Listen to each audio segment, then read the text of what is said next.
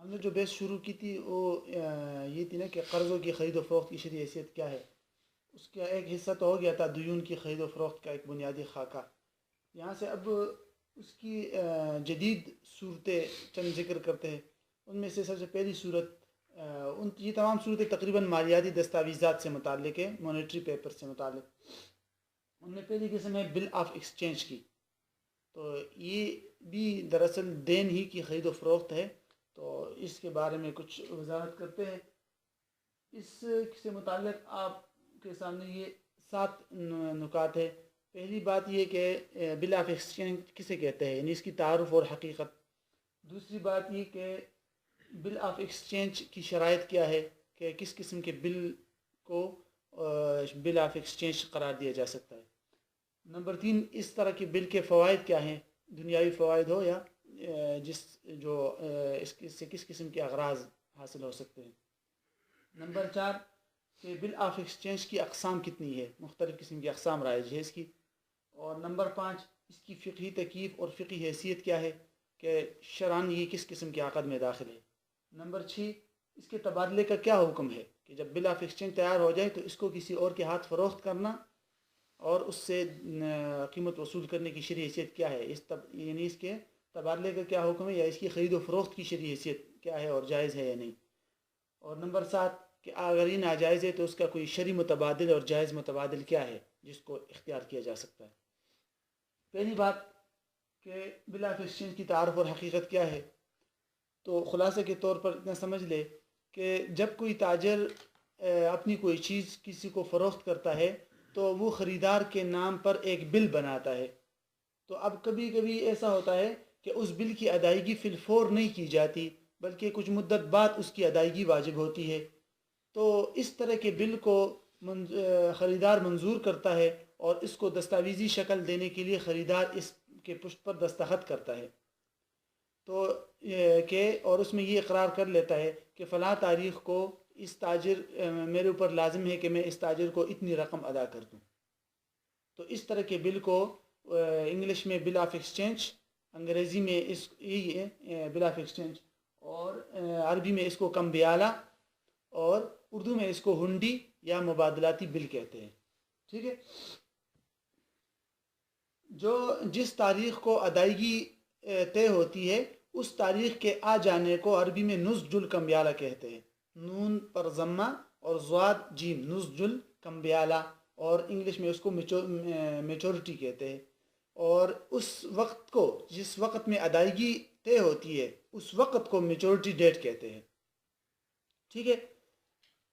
اسی طرح یہاں ایک 2-3 نام اور بھی ذہن میں رکھ لو. عربی کتابوں میں آج کل یہ بڑے رائج ہے، اور انسان کو یہ عربی نام معلوم نہ ہو تو پتہ نہیں چلتا کہ جب عربی کتاب کا انسان مطالعہ کرتا ہے جدید عربی کا، تو پتہ نہیں چلتا کہ اس میں خریدار کو کیا نام دیا گیا ہے، تاجر کو کیا نام دیا گیا ہے، اور آگے جو بینک ہوتا ہے جس کے ساتھ پھر معاملہ ہوگا اس کو کیا نام دیا جاتا ہے. تو جو خریدار ہوتا ہے جو بل پر دستخط کر کے اس کو منظور کرتا ہے اس کو عربی میں صاحب کہتے ہیں، سین الف ہا با، صاحب، جو کہ دراصل تاجر کا مدیون ہوتا ہے. اور جو تاجر جس کے لیے یہ بل تیار کیا جاتا ہے، جو انہیں خود بل تیار کرتا ہے، یعنی جو دائن ہوتا ہے، اس کو مستفید کہتے ہیں آج کل کی عربی زبان میں، مستفید سین کے ساتھ. پھر جب یہ تاجر آگے آئے گا، یہ بات آگے آ رہی ہے، یہ تاجر آگے جا کے یہ بل کسی بینک وغیرہ کو فروخت کرتا ہے اور اس سے اپنا رقم لے لیتا ہے، اور پھر وہ بینک اس خریدار سے رقم وصول کرتا ہے.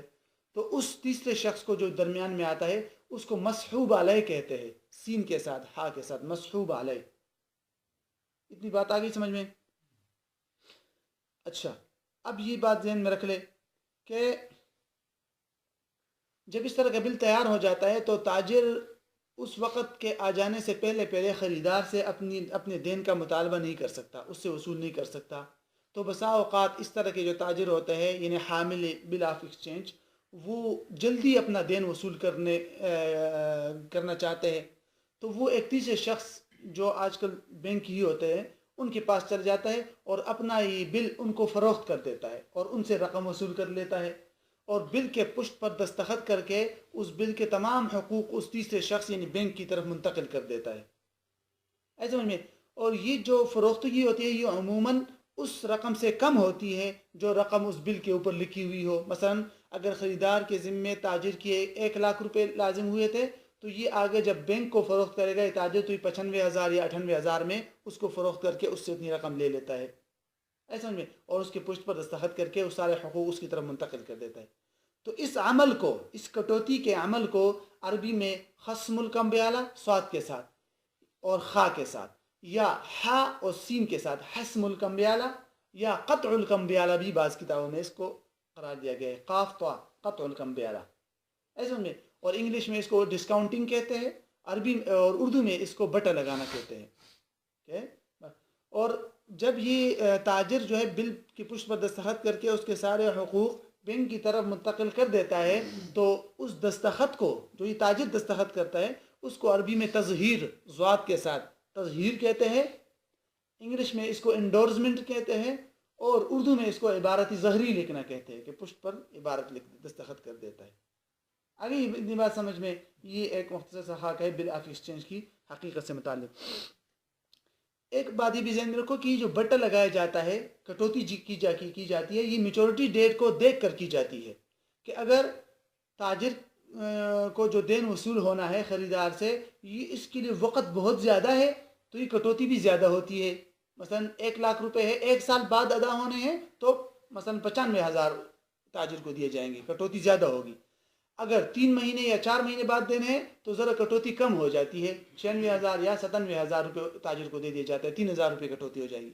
ہاں، اگر 1 مہینے بعد ادائیگی ہونی ہے تو پھر اس کٹوتی اور بھی کم ہو جاتی ہے. تو یہ جو کٹوتی ہوتی ہے خصم الکمبیالہ، یہ بھی میچورٹی ڈیٹ کو دیکھ کر طے ہوتی ہے. کبھی کبھی ایسے بھی ہوتا ہے کہ جب وہ اصل وقت آتا ہے خریدار سے دین وصول کرنے کا تو اس دوران اس بل کی کئی ہاتھوں میں بے ہو چکی ہوتی ہے. مثلا ایک بینک نے تاجر سے خرید لیا 95,000 کا یہ بل، ہاں ابھی وقت بہت ہے، تو جتنا وقت قریب آتا ہے تو اتنا اس کی کٹوتی میں کمی ہوگی. تو اس لیے جب 2-3 مہینے ہو جاتے ہیں تو یہ جو بینک ہے یہ کسی اور بینک کو یہ 97,000 یا 96,000 میں فروخت کر دیتا ہے. اب جب 2-3 مہینے اور گزرتے ہیں، مثلا 1 مہینہ قریب آ جاتا ہے، 1 مہینہ رہ جاتا ہے وصولی میں، تو وہ بینک آگے کسی اور کو فروخت کرتا ہے 99,000 میں. تو اس طرح کئی قسم کی. اور یہ جو بل آف ایکسچینج کی خریداری ہے آج کل یہ بینکوں کے قصیر المیعاد قرضوں میں شمار کیا جاتا ہے کہ ہم نے گویا کہ تاجر کو قرض فراہم کر دیا کچھ مدت کے لیے، اور اب ہم اصل دائن سے گویا کہ قرض وصول کر لیں گے زیادہ، تو سود بھی اس پر مل جائے گا. آگے سمجھ میں، اس بل کی شکل یہ ہوتی ہے نا کہ اس پر ایک ریونیو ٹکٹ چپکا دیا جاتا ہے تاکہ اس کو قانونی حیثیت حاصل ہو جائے. ایک ٹکٹ ہوتا ہے جس کا ٹیکس باقاعدہ ٹیکس ادا کرنا پڑتا ہے.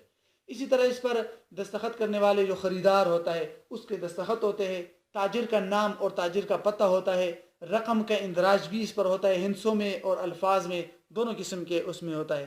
اسی طرح تاریخ بھی ہوتی ہے کہ جس تاریخ کو مجھے ادائیگی کرنی ہوگی، یہ ساری چیزیں اس پر ہوتی ہے، اس کے خاص قسم کی شکل اس کو حاصل ہو جاتی ہے. ٹھیک، یہ تو ایک بات ہو گئی اس کی تعارف و حقیقت سے متعلق. اب دوسری بات کی طرف آؤ، اس کی شرائط کیا ہے کہ کتنی شرائط ایسی ہے جو ضروری ہے کہ بل آف ایکسچینج کو یعنی بل آف ایکسچینج ہی قرار دیا جائے. تو اس کے لیے عموماً جو شرائط ذکر کی جاتی ہے وہ یہ کہ ایک تو یہ کہ یہ حکم نامے کی شکل میں لکھا جائے، درخواست اور گزارش کی شکل میں نہ ہو، یہ باقاعدہ حکم نامہ ہو. ٹھیک.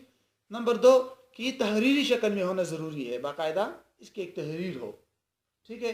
اسی طرح نمبر 3 کہ یہ غیر مشروط ہو، اس میں کسی قسم کی شرط نہ لگائی جائے کہ اگر اس طرح ہوا تو مجھ پر ادائیگی ہے ورنہ نہیں ہے. تو اس طرح کی کسی قسم کی شرط نہ ہو بلکہ یہ غیر مشروط ہو. اس میں کم از کم 2 فریق ہو، تاجر اور خریدار، دونوں کے نام اور دستخط وغیرہ.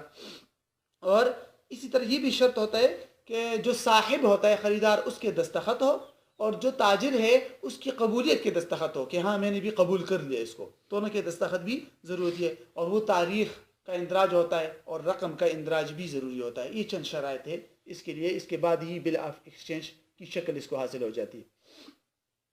اس کی فوائد کیا ہے؟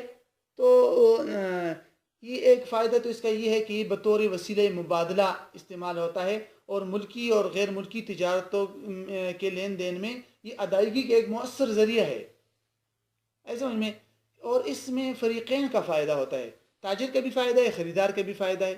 خریدار کا فائدہ، تاجر کا فائدہ تو یہ ہے کہ عدمی وصولی کے خطرات کم سے کم ہو جاتے ہیں، اور جو خریدار ہے اس کو فی الفور ادائیگی کرنے کے بجائے مستقبل میں کسی وقت کی ادائیگی پر وہ چیز فی الفور وصول کر لیتا ہے، اس کو یہ فائدہ حاصل ہو جاتا ہے، ادھار چیز حاصل ہو جاتی ہے۔ اسی طرح یہ ادائیگی کا ایک محفوظ ذریعہ بھی ہے کہ اگر خریدار اس وقت کے آ جانے پر ادائیگی نہیں کرتا تو تاجر جو ہے یہ بل آف ایکسچینج کے ذریعے قانونی چارہ جوئی کر سکتا ہے، عدالت میں جا کر خریدار کے خلاف دعویٰ کر سکتا ہے کیونکہ اس کے پاس تحریری ثبوت موجود ہوتا ہے، ٹھیک ہے۔ اسی طرح اس میں کٹوتی کا بھی فائدہ ہے، جیسے ابھی میں نے آپ کو بتا دیا جس کو خصم الکمبیالہ کہتے ہیں نا، ڈسکاؤنٹنگ، اس کا بھی فائدہ ہوتا ہے کہ وہ تیسرا شخص ہے اس کو بھی فائدہ حاصل ہو جاتا ہے اور تاجر کو جلدی رقم وصول ہو جاتی ہے، یہ بھی ایک قسم کا فائدہ ہے، اگرچہ شرعی لحاظ سے یہ قابل قبول نہیں ہے لیکن ایک دنیاوی فائدہ قرار دیا جا سکتا ہے اس کو، جو ناجائز ہے۔ یہ تو اس کے فائدے ہو گئے۔ اس کے اقسام تو بل آف ایکسچینج کی مختلف اقسام ہے، ملکی لحاظ سے، مقاصد کے لحاظ سے اور ادائیگی کے لحاظ سے۔ تو بعض بل جو ہوتے ہیں وہ ان لینڈ بل ہوتے ہیں، ان لینڈ بل جو صرف ملکی تجارتوں کی صورت میں وجود میں آتے ہیں اور جس کا جو تبادلہ ہوتا ہے وہ بھی ملک کے اندر اندر ہی ہوتا ہے، اور ملک کے اندر جس میں گویا کہ فریقین تاجر اور خریدار دونوں ایک ملک کے ہوتے ہیں۔ اور بعض فورن بل ہوتے ہیں، مطلب غیر ملکی، کہ جس کو تاجر اور خریدار ایک ملک کے نہیں ہوتے، جو خریدار ہے وہ ایک ملک کا ہے، پاکستان کا ہے، جو تاجر ہے وہ سنگاپور کا ہے مثلا، تو اس طرح کے بل کا تبادلہ بھی غیر ملکی طور پر بھی ہوتا ہے، ایسا میں باہر ممالک میں بھی ہوتا ہے۔ اس طرح بعض بل ایسے ہوتے ہیں جس کو کمرشل بل آف ایکسچینج کہتے ہیں، تجارتی بل، وہ یہ جو تجارتی معاملات میں کے لین دین میں جو وجود میں آتے ہیں، جیسے کہ ابھی میں نے آپ کو شروع میں تعارف میں بتا دیا کہ تاجر کوئی چیز فروخت کرتا ہے تو بل بناتا ہے، یہ تجارتی بل ہے۔ بعض اعانتی بل ہوتے ہیں کہ مثلا آپ نے کسی کو قرض فراہم کر دیا تو وہ اس قرض کے بدلے میں آپ کو جو بل آف ایکسچینج لکھ کر دے دے گا، تو وہ قرض کے بدلے میں جو ہوتا ہے وہ تجارتی بل نہیں ہوتا، کمرشل بل۔ اسی طرح بعض بل ایسے ہوتے ہیں کہ عند طلب اس کی ادائیگی واجب ہوتی ہے، کہ آپ نے بل لکھ دیا اور جیسے ہی وہ آپ سے طلب کرے گا، بل آپ کو دکھا دے گا تو آپ پر ادائیگی واجب ہو۔ اور بعض بل ایسے ہوتے ہیں جس میں مدت ذکر کی جاتی ہے کہ اتنی مدت بعد آپ طلب کر سکتے ہو، اس سے پہلے آپ اپنی رقم کا مطالبہ نہیں کر سکتے۔ تو یہ مختلف اقسام ہے بل آف ایکسچینج کی۔ پانچویں بات کی طرف آتے ہیں کہ اس بل کی فقہی تکییف کیا ہے۔ تو اس میں اگر غور کیا جائے تو معاصر علماء کی اس سلسلے میں 3 آراء سامنے آئی ہے کہ اس بل کی فقہی حیثیت کیا ہے اور یہ کس قسم کے عقد میں داخل ہے۔ بعض علماء کی رائے یہ ہے کہ یہ بیع الدین من غیر من علیہ الدین ہے، یہ بیع الدین من غیر من علیہ الدین ہے۔ کیسے کہ تاجر دائن ہے یہاں اور خریدار مدیون ہے، تو دائن نے جب تاجر نے یہ بل آف ایکسچینج جو ہے یہ بینک کو فروخت کر دیا تو گویا کہ دائن نے اپنا دین مقروض کے بجائے کسی شخص ثالث کو فروخت کر دیا، تو یہ کیا ہوا؟ بیع الدین من غیر من علیہ الدین، مدیون کے علاوہ کسی تیسرے شخص کو اپنا دین فروخت کر دیا، تو یہ بیع الدین من غیر من علیہ الدین ہو گیا۔ لیکن دوسری رائے شیخ الاسلام مفتی متقی عثمانی صاحب دامت برکاتہ ان کی ہے، وہ فرماتے ہیں کہ یہ بیع الدین من غیر من علیہ الدین نہیں ہے، یہ حوالہ ہے۔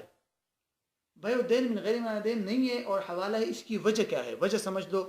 وہ وجہ یہ ہے کہ جب تاجر بل آف ایکسچینج بینک کو فروخت کر دیتا ہے اور بعد میں وقت کے آ جانے پر اس بینک کو جو خریدار ہے اس سے، یعنی خریدار جو اصل مدیون تھا، اس سے رقم وصول نہ ہو سکے کسی وجہ سے، تو یہ جو بینک ہے یہ دوبارہ اس تاجر کی طرف رجوع کر کے اس سے اپنا قرض اس سے اپنا رقم واپس لے لیتا ہے، واپس دوبارہ رجوع کرتا ہے اس پر۔ تو اگر یہ بات ہے تو اس طرح کا معاملہ بے میں نہیں ہوتا۔ اگر یہ بے ہوتی تو پھر تو تاجر نے گویا کہ اپنا دین فروخت کر دیا بینک پر تو وہ بری ہو گیا، اب بینک کو اس تاجر پر رجوع کرنے کا اختیار نہیں ہونا چاہیے، کیونکہ بینک میں بے کے اندر تو سارے حقوق مشتری کی طرف منتقل ہو جاتے ہیں، اس کے باوجود مشتری اس کے پاس کیسے رجوع کر سکتا ہے بائع دین کی طرف؟ حالانکہ حوالے میں ایسا ہوتا ہے، حوالے میں گویا کہ وہ محتال ہوا تاجر، بینک محتال علیہ ہوا، اور یہ جو مدیون ہے یہ محیل ہوا، اور محتال علیہ جو ہے جب ادائیگی کر لے یا تو وہ دوبارہ جو ہے وہ محتال کی طرف رجوع کر سکتا ہے۔ حوالے میں رجوع کا یہ نقطہ ہوتا ہے لیکن بے میں یہ رجوع کا نقطہ نہیں ہوتا، لہذا اس لیے یہ کیا ہو گیا؟ حوالہ ہو گیا۔ تو تاجر ہو گیا محتال دائن، خریدار ہو گیا محیل مدیون، اور بینک ہو گیا محتال علیہ، یعنی کہ شخص ثالث جو ادائیگی کا ذمہ لیتا ہے۔ آگے سمجھ میں؟ تو یہ ہو گیا حوالہ، یہ دوسری رائے ہے۔ معایر شرعیہ میں اس کو دو حصوں میں تقسیم کیا گیا ہے۔ معایر شرعیہ میں یہ قرار دیا گیا ہے کہ اگر صاحب اس تاجر کا مدیون ہے، صاحب کا مطلب خریدار، اگر وہ خریدار اس تاجر کا مدیون ہے جس نے یہ بل پر دستخط کیے ہے، مدیون ہے، اور عموماً مدیون ہوتا ہے، تو یہ پھر حوالہ ہے، جس طرح کہ شیخ صاحب نے بھی فرما دیا، کیونکہ یہ آپ کو تو پتہ ہے محیل کا مدیون ہونا بہت ضروری ہوتا ہے۔ اگر محیل مدیون نہیں ہے تو وہ کیسے محیل ہوگا پھر؟ تو اگر وہ محیل مدیون ہے، وہ خریدار، تو وہ پھر یہ سارا کا سارا معاملہ کیا ہو جائے گا؟ حوالہ ہو جائے گا۔ اور اس صورتحال میں اگر اس آدمی یعنی خریدار جو کہ صاحب ہے، اس کا اکاؤنٹ ہے اس بل میں اور اس اکاؤنٹ سے ادائیگی ہو رہی ہے تو یہ حوالے مقیدہ ہو جائے گا، اگر نہیں ہے تو حوالے مطلقہ ہو جائے گا۔ ٹھیک۔ دوسری صورت یہ ہے کہ جس آدمی نے بل پر دستخط کیے ہیں، یعنی جو خریدار جس کو ہم کہتے ہیں یا صاحب کہہ سکتے ہیں، یہاں خریدار نہیں کہہ سکتے، اگر خریدار کہیں گے تو پھر تو مدیون ہوگا۔ تو صاحب اگر مدیون نہیں ہے اس تاجر کا، پھر بھی اس نے اس کے لیے بل آف ایکسچینج لکھ دیا کہ فلاں بینک سے آپ جا کر اتنی رقم وصول کر سکتے ہو، تو یہ وکالہ ہے، پھر حوالہ نہیں ہے۔ یہ کیا ہے؟ پھر وکالہ ہے کہ اس نے تاجر کو کیا کہا کہ آپ جو ہے فلاں بینک میں میرے اتنے اکاؤنٹ ہے، آپ جا کر وہاں سے اتنی رقم وصول کر سکتے ہو۔ تو وہ جو تاجر ہوتا ہے حامل بل آف ایکسچینج، وہ گویا کہ وکیل بالقبض و بالاستیفاء ہے۔ ایسا سمجھ میں؟ تو یہ معایر شرعی میں یہ اختیار کیا گیا ہے، لیکن آج کل عموماً یہ صورتحال پیش نہیں آتی۔ بل آف ایکسچینج میں ضرور جو صاحب ہوتا ہے وہ مدیون ہی ہوتا ہے، تو اس لیے حوالہ ہی کی شکل وجود میں آئی۔ یہ تو ہوگی اس کی فقہی ترکیب۔ اب آتے ہیں اس کے تبادلے کے حکم کی طرف، یا یہ جو ڈسکاؤنٹنگ کی شرعی حیثیت کیا ہے، یہ جو اس کی تاجر بل آف ایکسچینج کو جا کر شخص ثالث کو فروخت کرتا ہے، اس کی شرعی حیثیت کیا ہے؟ اس حصوں کو بھی، اس قسم بحث کو بھی ہم دو حصوں میں تقسیم کر سکتے ہیں کہ تاجر جو ہے بل آف ایکسچینج جا کر بینک وغیرہ کو برابر سرابر رقم پہ فروخت کر دے۔ مثلا بل پر 1,00,000 روپے لکھے ہوئے ہیں اور تاجر جا کر اس کو بینک پر 1,00,000 روپے کے بدلے فروخت کر دے، جو آج کل تقریباً ناممکن ہے، کوئی بھی نہیں خریدتا اس طرح، لیکن ایک امکان تو ہے نا۔ تو ایک حصہ تو یہ ہوا کہ تاجر بل کو اتنے ہی رقم میں فروخت کر دے بینک وغیرہ کو جتنی اس کے اوپر رقم لکھی ہوئی ہے، ایک صورت۔ دوسری صورت یہ ہے کہ کمی کے ساتھ فروخت کر دے کہ 1,00,000 روپے اس کے اوپر لکھی ہوئی ہے اور وہ اس کو 95,000 یا 96,000 میں بینک کو فروخت کر دے، یہ ہو گئی دوسری صورت۔ پہلی صورت کے پاس آتے ہیں، آیا اس پہلی صورت کے شرعی حکم کیا ہے؟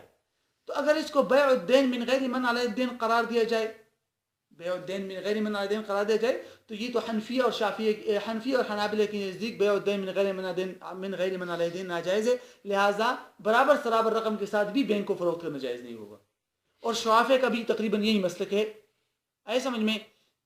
البتہ مالکی نے چند شرائط کے ساتھ گنجائش دی ہے بیع الدین من غیر من علی الدین کی، لیکن وہ شرائط تقریباً یہاں ناممکن ہے کہ نقود میں سے نہ ہو، ایک جنس میں سے نہ ہو، تقابض شرط، اگر ربویہ ہو، ہمارے ربویہ تو تقابض شرط ہے، یہ جو تمام شرائط ہے وہ آج کل نہیں پائی جاتی۔ تو اس لیے گویا کہ ائمہ اربعہ کے نزدیک بیع الدین من غیر من علی الدین برابر سراب بھی ناجائز ہونا چاہیے۔ ہاں اگر اس کو حوالہ قرار دے پھر اس کی گنجائش معلوم ہوتی ہے حنفی اور حنابلہ کے ہاں، برابر سرابر رقم کے ساتھ، کیونکہ آپ کو بتا دیا تھا کہ شخص ثالث کی طرف دین منتقل کرنا بذریعہ بے تو منتقل نہیں ہے، لیکن بل حوالہ منتقل کرنا جائز ہے، تو اگر اس کو حوالہ قرار دیا جائے تو پھر اس کی گنجائش معلوم ہوتی ہے۔ آئے سمجھ میں؟ اسی طرح کی ایک صورت جس کو فقہا نے ذکر کیا وہ ہے جامکیہ، شامی میں بھی ذکر ہے، دوسری بھی کتابوں میں ہے جامکیہ۔ جامکی سے، جامکی جامہ سے، جامہ کپڑے کو کہتے ہیں۔ پرانے زمانے میں کپڑے کے نگران کو جو اجرت دی جاتی تھی اس کو جامکیہ کہتے تھے، لیکن بعد میں ہر قسم کی اجرت اور حق کو جامکیہ قرار دیا جانے لگے۔ تو جامکیہ ایک ورق ہوتا تھا کہ جو حکومت جو ہے بیت المال میں جن لوگوں کا جو لوگ مستحق قرار دیے جاتے تھے ان کے لیے جاری کیا جاتا تھا، اور اس پر لکھا ہوتا تھا کہ بیت المال میں اس آدمی کا اتنا حق ہے ماہانہ، یا ناظر وقف جو متولی وقف ہے وہ مستحقین وقف کے لیے اس طرح جاری کرتے تھے کہ وقف میں اس کا اتنا حصہ ہے ماہانہ، تو وہ آگے جا کے اس کو فروخت کرتے تھے۔ تو اس کو اس کے اندر بھی وہی تمام تفصیلات ہیں جو ابھی ہم نے بتا دی برابر صاف فروخت کرنے میں، کہ اس کو علماء نے بیع الدین من غیر من علی الدین قرار دے کر اس کو ناجائز قرار دیا تھا۔ ایسا سمجھ میں؟ تو اس کو بھی ناجائز قرار دیا جائے گا بل کو برابر صاف فروخت کرنے میں، لیکن حوالہ کی صورت میں اس کی گنجائش معلوم ہوگی، لیکن کمی زیادتی نہیں ہوگی۔ اگر کمی زیادتی ہوگی ابھی دوسری صورت اس کی آ رہی ہے، ابھی اس کو حکم سمجھ لینا۔ دوسری صورت ہم نے یہ بیان کی تھی کہ بل آف ایکسچینج کو بینک وغیرہ کے ہاتھ فروخت کر دیا جائے کم قیمت پر، جس کو ڈسکاؤنٹنگ کہتے ہیں، تو یہ تقریباً تمام ائمہ کے نزدیک ناجائز ہے۔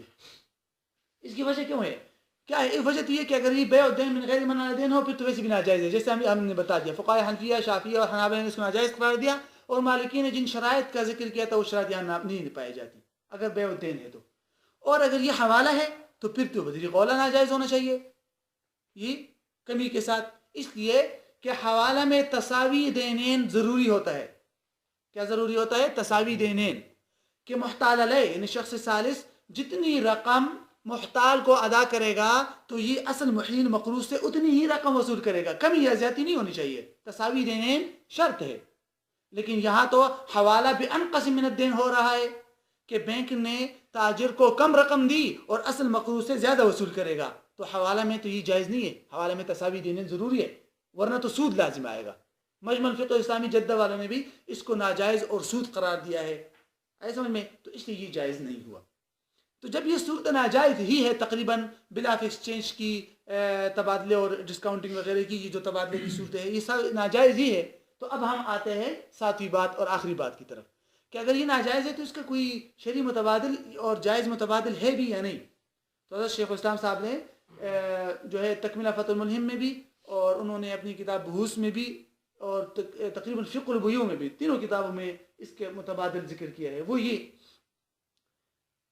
یہ کہ جو تاجر ہے وہ بینک کو اپنا دین فروخت نہ کرے، بلکہ اس طرح کرے کہ بینک تاجر آئے اور بینک کو دین وصول کرنے کا وکیل بنا دے کہ میں آپ کو اس بات کا وکیل بناتا ہوں کہ آپ میرے خریدار سے 1 مہینے بعد جو قرض وصول ہونا ہے آپ میرے وکیل بن کر اس سے وہ قرض وصول کر لینا، ٹھیک ہے؟ اور اس وکالت کے بدلے میں اس کے لیے اجرت مقرر کر دے۔ مثلا اگر 1 لاکھ روپے خریدار کے ذمہ لازم ہو رہے تھے تو بینک کو کہہ دے کہ آپ وہ 1 لاکھ روپے وصول کر دینا میرے وکیل بن کر، اور اس وکالت کے بدلے میں آپ کو 5,000 روپے اجرت دوں گا۔ ایک عقد یہ ہو جائے گا۔ پھر جو ہے الگ عقد میں یہ بینک سے 95,000 روپے قرضہ وصول کر لے تاجر، تو یہ 2 الگ الگ عقد ہو جائیں گے۔ جب تاجر نے 95,000 روپے قرضہ وصول کر لیا، وہ چلا گیا، بعد میں جب 1 مہینہ مکمل ہو جائے گا تو بینک اس خریدار سے 1 لاکھ روپے قرضہ وصول کر لے، اس 1 لاکھ میں 5,000 روپے اپنی اجرت کے طور پر رکھ دے، اس کو کہہ دے کہ میں نے آپ کے وکیل کے طور پر اتنی رقم وصول کر لی ہے، اب میں آپ اس وکالت کے بدلے جو 5,000 روپے میرے لیے مقرر ہوئے تھے وہ میں اس سے وصول کر رہا ہوں، باقی 95,000 روپے بچ گئے۔ وہ 95,000 روپے کا مقاصہ کر لے، جو قرض دیا تھا تاجر کو وہ قرض اس سے وصول کر لے 95,000 سے، تو یہ عقد درست ہو جائے گا۔ یہاں شرعاً 3 عقود جمع ہو جائیں گے، سب سے پہلے وکالت بالاجرہ، نمبر 2 قرض، اور نمبر 3 آخر میں مقاصہ ہو جائے گا۔ ایسا سمجھ میں؟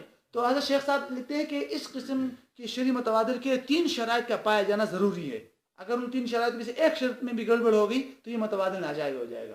پہلی شرط کہ تمام کے تمام معاملات اس کے ضمن میں جو آتے ہیں وکالت، قرض وغیرہ، یہ الگ الگ ہو، کوئی بھی عقد دوسرے عقد کے ساتھ مشروط نہ ہو، نہ وکالت قرض کے ساتھ مشروط ہو اور نہ قرض وکالت کے ساتھ مشروط ہو، بالکل الگ الگ عقد ہو، اس کے ایگریمنٹ پیپر بھی الگ الگ ہونے چاہیے۔ ایک تو یہ ہوگی۔ دوسری بات کہ اس فیس کو یا اس اجرت کو جو بینک کو وکالت کے بدلے دی جاتی ہے اس کو مدت کے ساتھ مربوط نہ کیا جائے، کہ اگر 1 سال بعد دین وصول ہونا ہے تو آپ کی اجرت 5,000، 6 مہینے بعد وصول ہونا ہے تو 2,500، 1 مہینے بعد وصول ہونا ہے تو 1,000، مدت کے ساتھ مربوط نہ کیا جائے۔ ایک بات تو یہ ہوگی۔ دوسری شرط۔ تیسری شرط یہ ہے کہ بینک جو تاجر کو قرضہ فراہم کرے گا اس قرضے کی وجہ سے اپنی فیس اور اجرت میں اضافہ نہ کیا جائے، ورنہ کل قرض جر نفعا کے تحت داخل ہو کر ہی ناجائز ہو جائے گا۔ تو یہ 3 قسم کی شرائط ہے، ان کا خیال رکھنا بہت ضروری ہوگا۔ آگے سمجھ میں؟ یہاں اس میں جو ہم نے دوسری شرط ذکر کی تھی نا کہ اجرت، بینک کی اجرت کو مدت کے ساتھ مربوط نہ کیا جائے، اس کی تو گنجائش نہیں ہے، ایسا سمجھ میں؟ لیکن بینک کی اجرت رقم کی تعداد کے ساتھ اور دین کی تعداد کے ساتھ مربوط کیا جا سکتا ہے۔ کیسے؟ کہ اگر دین جو ہے خریدار کے ذمے جو دین ہے یا جو صاحب ہے اس کے ذمے جو دین ہے وہ اگر بہت زیادہ ہے تو بینک کی اجرت زیادہ مقرر کر لی جائے، اگر وہ کم ہے تو بینک کی اجرت کم مقرر کر لی جائے، تو رقم کی تعداد کے ساتھ سی گنجائش ہے۔ اس کی نظیر دلال کی اجرت کی طرح ہے کہ جس طرح علامہ شامی نے ذکر کیا نا فیصد کے اعتبار سے دلال کی اجرت مقرر کرنا جائز ہے، کہ اگر تم نے یہ چیز 10,000 میں فروخت کر دی تو تمہیں اس میں سے 1,000 روپے ملے گا، 12,000 میں فروخت کر دی تو 1,000 مطلب 1,100 روپے ملے گا، 2,000 میں فروخت کر دی تو 200 روپے، اس طرح مطلب جتنی زیادہ رقم میں فروخت کرو گے تو آپ کی اجرت زیادہ ہوگی ورنہ کم۔ تو رقم کی تعداد کے ساتھ تو اجرت کو مربوط کیا جا سکتا ہے، یعنی اس کو کہہ دیا جائے کہ رقم چونکہ زیادہ ہے تو آپ کی اجرت بھی زیادہ ہوگی، ٹھیک ہے، تو اور لیکن مدت کے ساتھ اس کو مربوط کرنے کی کوئی گنجائش معلوم نہیں ہوتی. تو یہ ہو گئی ہماری ساتوں باتیں ختم ہو گئی، ٹھیک ہے. تو بل آف ایکسچینج ختم ہو گیا. اس کے بعد انشاءاللہ مالیاتی دستاویزات دوسرے ذکر کریں گے. پرامسری نوٹ، چیک، ان دونوں کا کل تذکرہ ہو جائے گا، یہ دونوں مختصر سے. اور اس کے بعد چوتھی بات انشاءاللہ چوتھی بات ہو جائے گی بانڈز سے متعلق، اور پانچویں چیز آ جائے گی پھر انشاءاللہ ایل سی سے متعلق، لیٹر آف کریڈٹ. پھر اس کے بعد یہ جو مالیاتی دستاویزات مشہور دستاویزات ہیں، ان کو ختم کرنے کے بعد بیع الدین یعنی قرضوں کی خرید و فروخت کی چند اور بھی صورتیں ہیں جو معاشرے میں رائج ہے. ان کو مالیاتی دستاویزات تو نہیں کہتے، وہ کاغذات کی خرید و فروخت تو نہیں ہوتی، لیکن پھر بھی وہ قرضوں کی خرید و فروخت ہے. جس طرح پینشن لوگ فروخت کرتے ہیں، آج کل پینشن بھی فروخت کرتے ہیں. ملنے والی تنخواہ کو بھی فروخت کر دیا جاتا ہے کہ مہینے بعد مجھے تنخواہ ملے گی، وہ میں آپ کو فروخت کرتا ہوں. اس طرح بعض صورت ایسی بھی ہے جس میں ایک انسان جو ہے اپنا مکمل کاروبار کسی کو فروخت کر دیتا ہے. تو اس مکمل کاروبار میں تو کسٹمرز اور مشترین کے ذمے قرضے بھی ہوتے ہیں، وہ بھی فروخت ہو جاتے ہیں ضمناً. تو یہ بھی ایک صورت ہے. تو ان مالیاتی دستاویزات سے نکل کر ہم انشاءاللہ وہ معاشرے میں جو رائج قرضوں کی صورتیں ہیں اس کے پاس آ جائیں گے، وہ پھر اس سے متعلق کچھ بحث کریں گے، ٹھیک ہے. چلو کچھ پوچھنا ہے کسی کو تو پوچھ لو.